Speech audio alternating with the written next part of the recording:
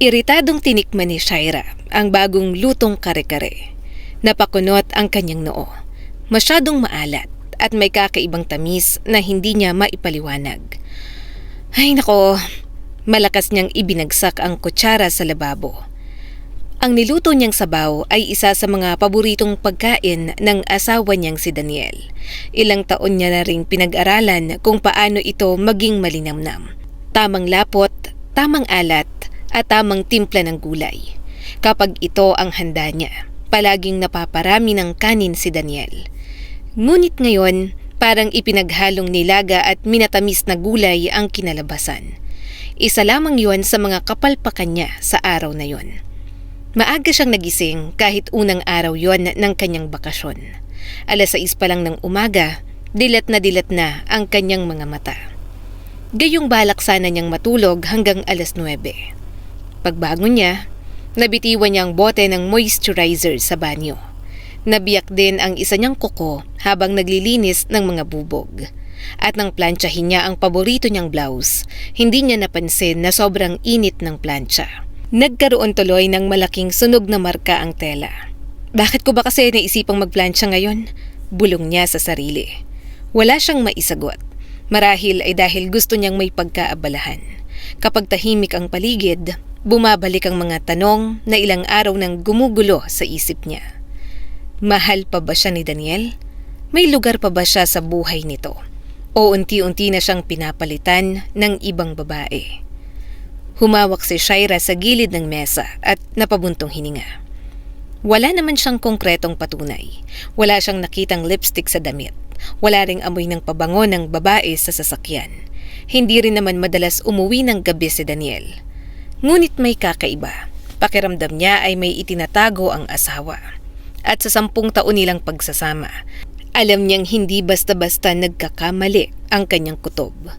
10 taon, mahina niyang sabi habang nakatingin sa kanilang larawan sa dingding. Kinuha yon sa isang kasal ng kaibigan nila. Hindi nila alam na kinukuhanan sila ng litrato. Nakayakap si Daniel sa kanya mula sa likod habang hinahalikan ang kanyang leeg. At si Shaira naman ay tumatawa habang pilit na umiiwas. Napakasaya nila sa litratong yon at hindi yon pagpapanggap. Maraming magagandang alaala ang 10 taon nilang pagsasama. Marami ring pagsubok. Nang mawala ng matalik na kaibigan si Daniel dahil sa isang aksidente, si Shaira ang nasa tabi nito. Halos ilang linggo yung tahimik at tulala. May mga umagang nakatitig lang ito sa tasa ng kape na parabang hindi alam kung paano magsisimula ng panibagong araw. Hindi siya nagsawang umalalay. Nang mag-away si Daniel at ang dati nitong boss at bigla itong magbitiw sa trabaho, hindi rin niya ito sinisi kahit may binabayaran silang housing loan sa Pasig. Bakit ka naman nag-resign agad? Tanong niya noon. Pinapagawa niya sa akin ang alam kong mali. Sagot ni Daniel. Kung pumayag ako, baka ibang tao ang mapahamak. Natatakot si Shaira sa mga panahong yon, pero hindi niya ipinakita. Makakahanap ka rin ng ibang trabaho, sabi niya. At habang naghahanap ka, kakayanin natin. At nakahanap nga agad si Daniel. Programmer ito at bihasa sa ginagawa. Palagi nitong sinasabi na walang problemang hindi kayang lutasin basta hindi tatakasan. Maliban marahil sa mga sira sa bahay.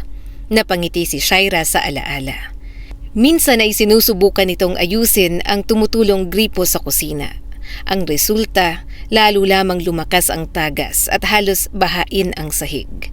Sa isa namang pagkakataon, nagkabit ito ng maliit na stante sa dingding. Hindi pa lumilipas ang 1 oras ay bumagsak yon kasama ang mga garapon ng rekado. Simula noon, nagkasundo silang tumawag na lang ng propesyonal kapag may kailangang ayusin. Hindi perpekto si Daniel, ngunit mahal niya ito sa lahat ng kapintasan nito. At mahal din siya ni Daniel, o yon ang pinaniniwalaan niya. Noong minsang nadulas siya sa basang sahig sa labas ng kanilang building, nabali ang kanyang binti. Halos hindi siya iniwan ng asawa. Ito ang nagluluto, naglalaba at nag-aayos ng gamot niya. Araw-araw din itong umuuwi na may dalang prutas, gatas at kung ano-anong vitamins. Daniel, Hindi ako mamamatay sa pagkabali ko. Natatawa niyang sabi noon. Hindi ako nakasisiguro. Seryoso nitong sagot. Kailangan mong kumain ng tama para mabilis kang gumaling. At higit sa lahat, hindi siya iniwan ni Daniel nang malaman nilang mahihirapan silang magkaroon ng anak. Yon ang pinakamasakit na bahagi ng kanilang pagsasama. Matagal silang nagpatingin sa mga doktor. Ilang pagsusuri ang kanilang pinagdaanan. Ilang beses silang umasa at ilang beses ding nadismaya. Isang gabi, matapos ang isa na namang masakit na balita, tinanong niya ang asawa. Daniel, iiwan mo ba ako? Napatingin ito sa kanya. Bakit naman? Dahil baka hindi kita mabigyan ng anak. Gusto mo ba talaga akong paalisin? Hindi, pero baka isang araw magsisi ka. Baka maisip mong mali ang pinakasalan mo. Tahimik na tumayo si Daniel at kumuha ng maliit na papel mula sa bulsa. Alam mo, matagal na akong gumagawa ng listahan ng mga kapintasan mo. Napatitig si Shaira sa kanya. Ha? Kunwari binasa ni Daniel ang papel. Mahilig matulog, mabagal kumilos, minsan inaabot ng 3 oras bago makapili ng damit. Mahilig bumili ng halaman kahit wala nang mapaglagyan. At kapag galit, hindi nagsasalita pero malakas magsara ng cabinet. Daniel, pero may isang bagay na mas mabigat kaysa sa lahat ng yon. Ano? Mahal kita. Napaluha si Shaira. Kung hindi tayo magkaroon ng sariling anak, may iba pang paraan. Dagdag nito. Maaari tayong mag-ampon. Maaari tayong tumulong sa batang nangangailangan ng tahanan. Basta magkasama tayo, hindi kulang ang buhay natin. Niyakap niya ng mahigpit ang asawa noon. Kaya hindi niya maintindihan kung bakit matapos ang lahat, nagdududa siya rito ngayon. Marahil nagsimula yon dahil sa pagbabago ng schedule ni Daniel. Mas madalas na itong lumalabas. Gym tuwing Martes, swimming tuwing Huwebes. May mga meeting at lakad na hindi nito karaniwang ginagawa dati. May isa pang bagay, isang maliit na papel. Natagpuan niya yon noong nakaraang gabi. Nahulog mula sa bulsa ng pantalon ni Daniel habang isinasampay niya ang damit nito. Nakatiklop yon ng ilang beses. Nang buksan niya, nakita niyang mga petsa at ilang maikling salita na sulat kamay ng kanyang asawa. Martes, Gym, D. Huwebes, Pool, T. Biyernes, Art Exhibit. Sa tabi ng bawat schedule ay may mga titik na D at T. Hindi naman siya likas na mapaghinala. Ngunit sino ba ang mga yon? Diana? Denise? Trisha? Tracy? Grabe ka, Daniel. Bulong niya habang nakatingin sa papel. Kailangan mo pang gumawa ng listahan para hindi ka malito kung sino ang kadate mo? Pinilit niyang isipin na baka wala lamang yung kahulugan. Ngunit bakit kailangang isulat ang mga letrang yon? At bakit hindi nito binabanggit sa kanya ang tungkol sa mga taong makakasama nito? Pinulot niya ang papel mula sa mesa at muling tinitigan. Sa likod nito ay may nakasulat pang isang bagay. La Union, 1 week, important. Biglang kumabog ng malakas ang kanyang dibdib. Matagal nang sinasabi ni Daniel na gusto nitong umuwi sa La Union upang dalawin ang ina nitong si Aling Belen. Doon ito lumaki, malapit sa dagat. Doon din sila unang nagkita ni Shaira 10 taon na ang nakalipas. Pero bakit may salitang important? May mahalagang meeting ba? O may mahalagang babae? Huminga ng malalim si Shaira at mariing pinunasan ang luha sa kanyang pisngi. Ayaw niyang maging kawawang asawang naghihintay lamang na ipagpalit. Kung niloloko siya ni Daniel, malalaman niya. At kapag napatunayan niyang may ibang babae ang kanyang asawa, hindi siya magmamakaawa. Hindi siya kakapit sa isang lalaking hindi na siya mahal. Biglang bumukas ang pinto ng kanilang unit. Shaira! Napatayo siya sa gulat. Mabilis niyang itinago sa likod ang papel. Pumasok si Daniel na pawisan at may dalang 2 paper bag. Nakasuot ito ng simpleng kulay abong shirt at jogging pants. Bahagyang magulo ang buhok nito. Ngunit tulad ng lagi, gwapo pa rin sa paningin niya. Akala ko natutulog ka pa, sabi nito. Saan ka galing? Sa labas lang. Bumili ako ng pandesal at kape. Bakasyon mo ngayon, kaya naisip kong ako munang bahala sa almusal. Ngumiti ito at nilapitan siya. Ngunit napansin ni Shaira ang mabilis na pagtingin nito sa papel na hawak niya sa likod. Ano yung tinatago mo? Tanong ni Daniel. Wala. Sigurado ka? Oo. Tinitigan siya nito ng ilang sandali bago marahang tumango. Sige. May sasabihin pala ako sa'yo. Lalong bumilis ang tibok ng puso ni Shaira. Ano yon? Sa susunod na linggo, uuwi ako sa La Union. Mahigpit niyang hinawakan ang papel sa likod. Bakit? Matagal ko nang hindi nakikita si Mama at may mahalaga akong kailangang asikasuhin doon. Mahalaga. Parehong salita sa papel. Gaano ka katagal? Tanong niya. Mga 1 linggo. Isang linggo? Tumango si Daniel. Sumama ka sa akin. Hindi niya inaasahan ang paanyayang yun. Pero maaaring palabas lang yun. Maaaring alam nito na tatanggi siya dahil ayaw niyang bumiyahe ng biglaan. Hindi ako pwede, sagot niya. Bakasyon mo naman. Marami akong kailangan gawin dito. Bahagyang nalungkot ang mukha ni Daniel. Sayang. Kala ko pa naman magandang bumalik tayo sa lugar kung saan tayo unang nagkita. May kung anong kirot na tumama sa dibdib ni Shaira. Dati, matutuwa siya sa ganoong salita. Ngayon, parang isa lamang yung bahagi ng isang malaking kasinungalingan. Baka sa susunod na lang, malamig niyang sagot. Lumapit si Daniel at hinalikan siya sa noo. Sige, pero mamimiss kita. Pinilit ni Shaira na ngumiti. Mamimiss din kita? Habang nag-aayos si Daniel ng almusal sa kusina. Tahimik na tinitigan ni Shaira ang likod nito. Naisip niya ang lahat ng taon nilang magkasama. Ang mga tawanan, pangako, mga gabing magkatabi silang nangarap ng sariling pamilya. At ngayon, isang maliit na papel lamang ang maaaring sumira sa lahat. Dahan-dahan niyang inilagay yon sa bulsa ng kanyang shorts. Hindi muna siya magtatanong, hindi muna siya haharap kay Daniel. Susundan niya ang bawat schedule na nakasulat doon. Ang gym, ang pool, ang art exhibit, at kung kinakailangan, pati ang pagpunta nito sa La Union. Kailangan niyang makita ang katotohanan sa sarili niyang mga mata. Dahil minsan, ang pinakamasakit na kasinungalingan ay nagmumula sa taong buong-buo mong pinagkatiwalaan. At hindi pa alam ni Daniel na sa susunod na paglabas nito ng bahay, nakahanda ng sumunod ang sarili niyang asawa. Hindi mapakali si Shaira buong gabi. Magkatabi silang natulog ni Daniel. Ngunit pakiramdam niya, napakalayo ng asawa. Ilang beses siyang nagising at sa tuwing didilat ay nakikita niyang mahimbing ang tulog nito. Totoo kaya ang lahat ng iniisip ko? Tanong niya sa sarili. Ngunit sa tuwing maaalala niya ang papel na nakita niya sa bulsa ng asawa, bumabalik ang kanyang pagdududa. Kinabukasan ay maagang nagising si Daniel. Tulad ng dati, siya ang unang bumangon. Tahimik itong nagtimpla ng kape, naghanda ng almusal at nagpaalam bago umalis. Sa gym ako mamaya pagkatapos ng trabaho, sabi nito habang nagsusuot ng sapatos. Tumango lamang si Shaira. Mag-iingat ka. Lumapit si Daniel at hinalikan siya sa noo. Dati, sapat na ang halik na yon upang gumaan ang kanyang pakiramdam. Ngayon, pakiramdam niya ay isa na lamang yung ritual ng isang lalaking may itinatagong lihim. Pagkaalis ni Daniel, agad na kumilos si Shaira.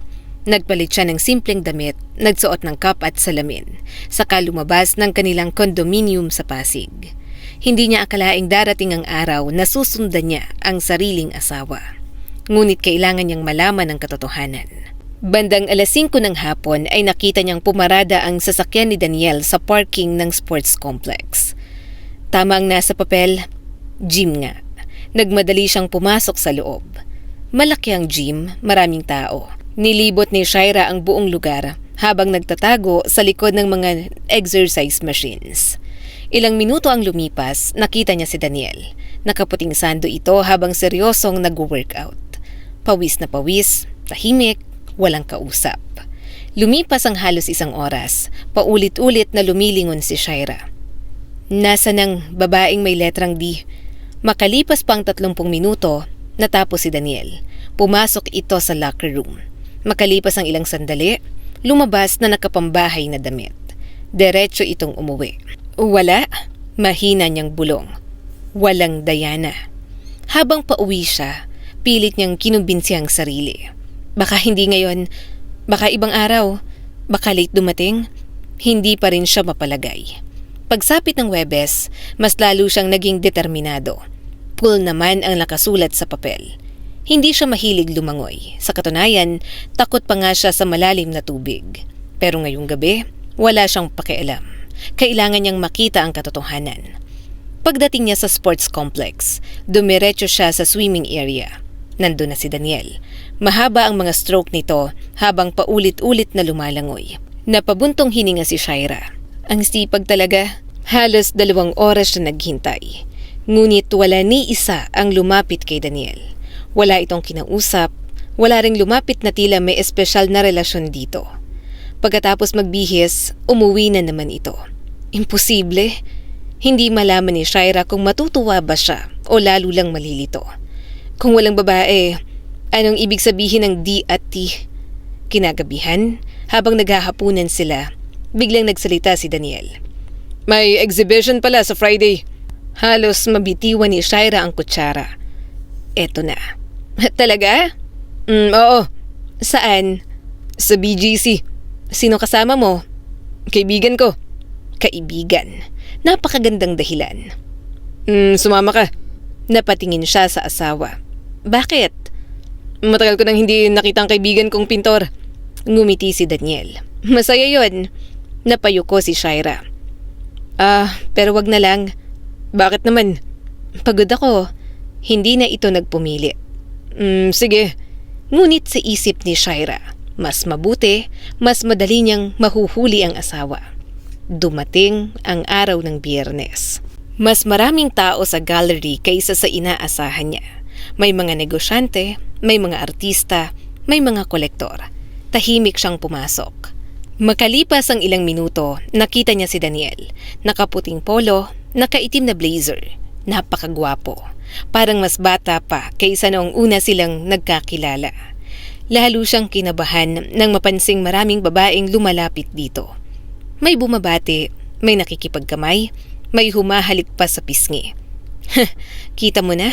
Mahina niyang sabi. Ganito pala. Ngunit habang patuloy siyang nagmamasid, napansin niyang halos lahat ng babaeng lumalapit ay agad ding umaalis. Makalipas ang ilang sandali, may matangkad na lalaking kalbo ang lumapit kay Daniel.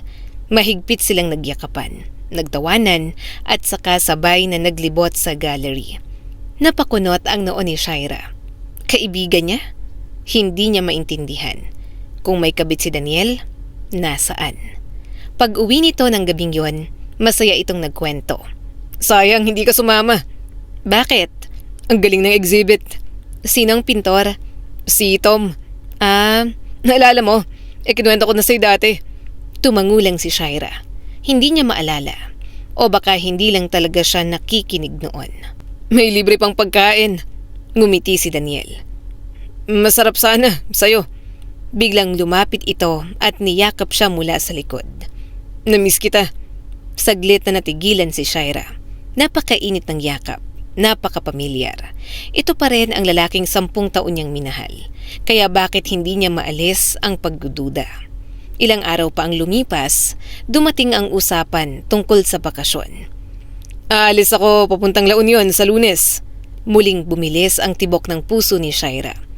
Ilang araw? 1 linggo. Bakit ganun katagal? Matagal ko nang hindi nakikita si Mama. Tumango siya. Hindi lang yun. Napatingin si Daniel. May aasikasuhin din ako. Yung importante? Bahagyang nagulat ang lalaki. Oo. Importante talaga. Pakiramdam ni Shaira ay may kumurot sa kanyang dibdib. Hindi na siya nagsalita. Ngunit ng gabing yon, habang natutulog si Daniel, tahimik siyang bumangon. Binuksan niyang kabinet, kinuha ang maliit niyang maleta at nagsimulang mag-impake. Hindi mo ako maloloko, Daniel. Mahina niyang bulong habang isinasara ang zipper. Kung kailangan kong bumiyahe hanggang sa La Union, malaman lang ang katotohanan. Hindi ako uurong. Hindi niya alam na ang pagpunta niya sa La Union ay hindi lamang magpapabago sa kanyang pananaw tungkol sa asawa, kundi magpapabago rin sa buong buhay nila na parang hindi niya kailanman naisip. Kinabukasan, maaga silang nag-almusal ng sabay. Tahimik lamang ang dalawa.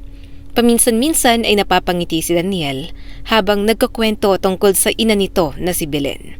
Matutuwa yun kapag nalaman niyang gusto mo ring bumisita ulit sa La Union. Napilitan naman ngumiti si Shaira. Hindi mo na siguro?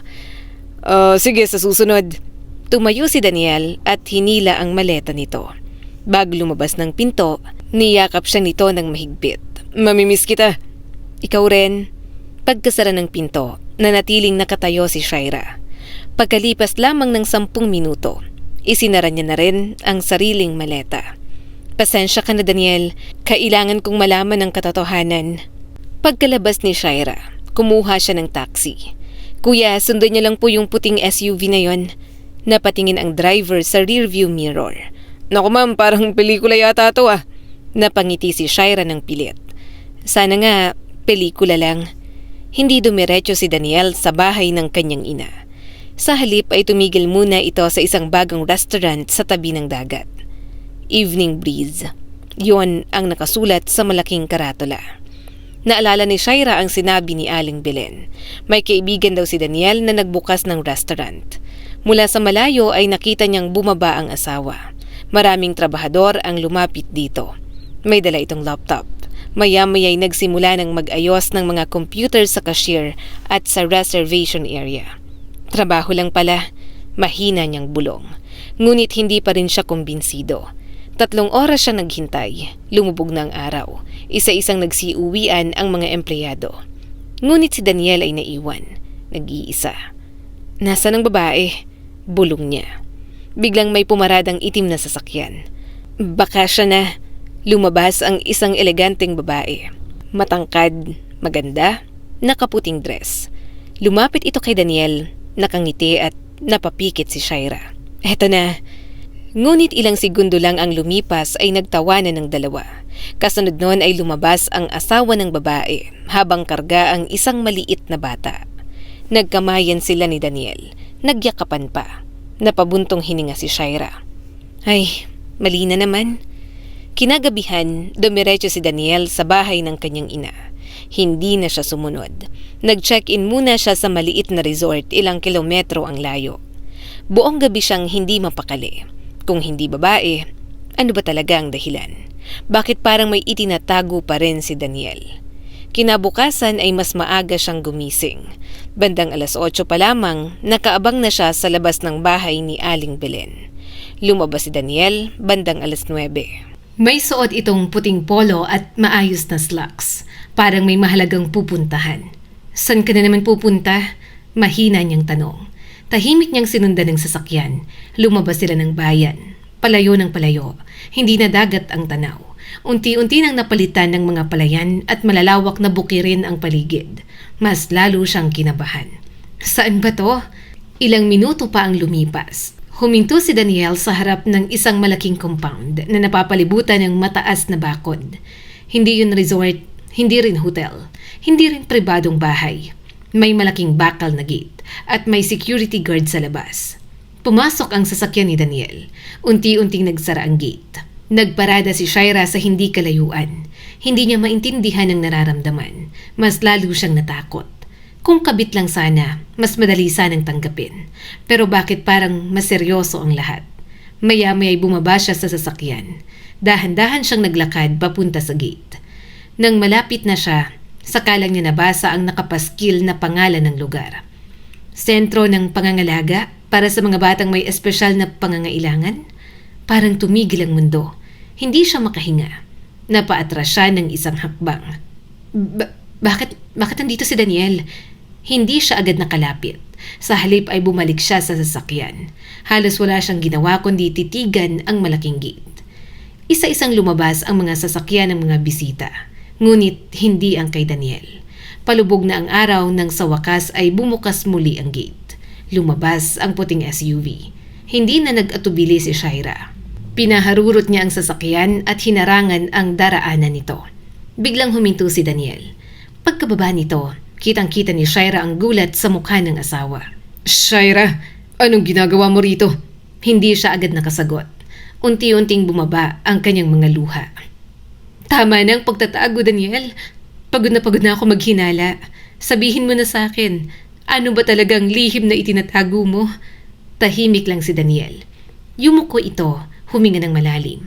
Pagkatapos ay marahang tumingin sa kanyang asawa. Patawarin mo ako. Hindi dahil may iba akong babae, kundi dahil 10 taon kitang hindi nasabihan ng pinakamahalagang bahagi ng buhay ko. At sa unang pagkakataon, mula nang magsimula ang lahat, nakita ni Shaira ang luha sa mga mata ng lalaking buong akala niya ay may ibang minamahal. Pasensya ka na, Shaira. Natatakot akong sabihin sa'yo ang lahat. Natatakot? Napailing siya.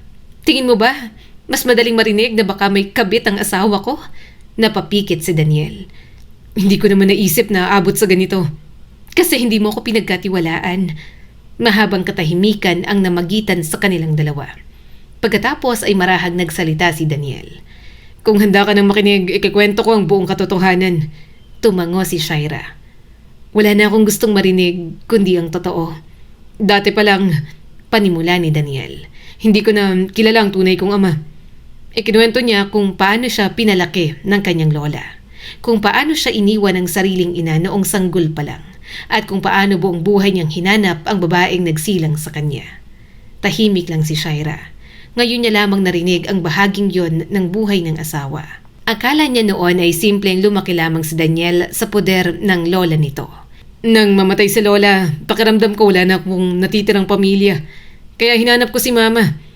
At anong nangyari? Mahina niyang tanong. Mapait na ngumiti si Daniel. Sana pala hindi ko na lang siya hinanap. Mahigit 10 taon na ang nakalipas nang puntahan ni Daniel ang maliit na bahay ng kanyang ina sa isang liblib na bahagi ng La Union. Doon ko nakita ang kapatid ko, si Dayan. Kapatid mo? Tumango si Daniel. Oo, Dayan ang pangalan niya. Dayan? Yon ang Dayan na narinig niya. Biglang bumalik sa alaala ni Shaira ang papel, ang mga pag-uusap, ang pagpunta ni Daniel tuwing weekend. Hindi pala babae, kundi isang batang babae, isang kapatid. Ano ang sakit niya? Cerebral palsy. Hindi siya halos maalagaan. Wala ring sapat na therapy. Nakakulong lang siya sa bahay. Mas lalong nanikip ang dibdib ni Shaira. Lagi siyang ganon? Tumango si Daniel. Wala siyang kasalanan pero siyang nagdurusa.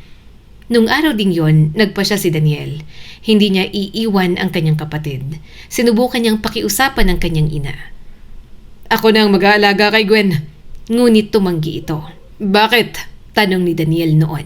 Tahimik lamang si Belen. Hanggang sa isang kapitbahay ang nagsabi ng totoo.